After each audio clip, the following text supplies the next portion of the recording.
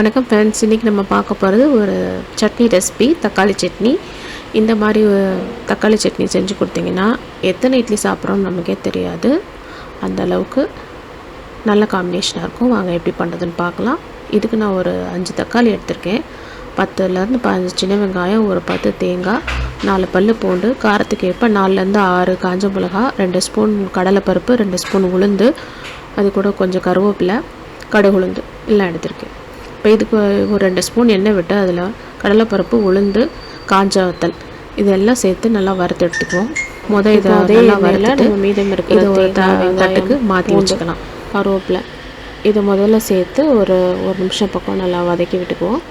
அதுக்கப்புறம் கடைசியாக நம்ம தக்காளி அதையும் சேர்த்து தேவையான அளவு உப்பு சேர்த்து வதக்கி விட்டுக்குவோம். இதுக்கு தண்ணி ஊற்ற தேவையில்லை, தக்காளியில் இருக்க தண்ணியே போதும். நல்லா வதங்கட்டும். வதங்கினதுக்கப்புறம் ஆற விட்டு மிக்ஸி ஜாரில் சேர்த்துக்கலாம். இது கூடவே நம்ம வறுத்து வச்சுருந்த கடலைப்பருப்பு, உளுந்து, காஞ்ச மிளகா இதையும் சேர்த்து அரைச்சிக்கலாம்.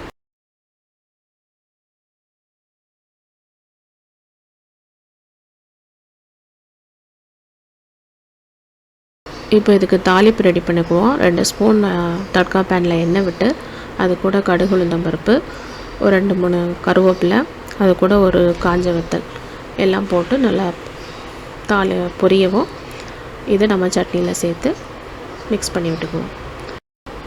சூடாக நல்லா இட்லி வச்சு அது கூட இந்த தக்காளி சட்னி வச்சு தொட்டு சாப்பிட்டு பாருங்கள், செம்மையாக இருக்கும். இதை வீட்டில் ட்ரை பண்ணி பாருங்கள். எப்படி வந்துச்சுன்னு கமெண்ட் பண்ணுங்கள். மறக்காமல் ஸ்வீட்டி ஹோம் ரெசிபிக்கு சப்ஸ்கிரைப் பண்ணுங்கள். வேறு ஒரு ரெசிபியோடு உங்களை பார்க்குறேன். அது வரைக்கும் பாய்.